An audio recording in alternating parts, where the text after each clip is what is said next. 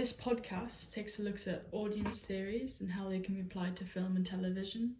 In this rendition, I'm looking at documentaries, and this podcast specifically will be looking at Barthes's codes applied to documentaries.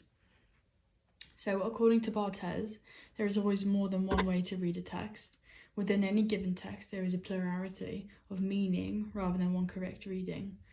Uncovering a text's plural meaning requires not only reading, but also rereading. Every time you read a text, you read it in a slightly different way.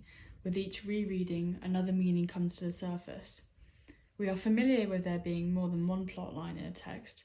Barthes' threads, however, are found at the semiotic rather than narrative level. His theory of the 5 codes is a way of grouping signifiers according to the role they play in the text.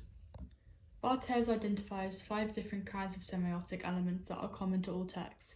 He gathers these significant signifiers into 5 codes: hermeneutic, proeretic, semantic, symbolic, and cultural. The documentary Three Identical Strangers can be applied to this documentary, as there are many examples of Barthes's codes within this documentary. Three Identical Strangers is a documentary where identical triplets become separated at birth and adopted by 3 different families. Years later, their amazing reunion becomes a global sensation, but it also unearths an unimaginable secret that has radical repercussions. The documentary was released on the 30th of November 2018. It was directed by Tim Wardle and had the box office of $12.3 million.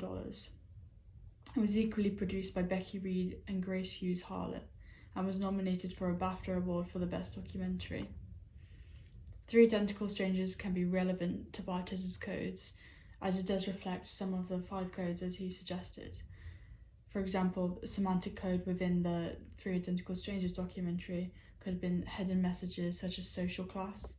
And equally, there are cultural codes, as one of the triplets grew up in a Jewish household.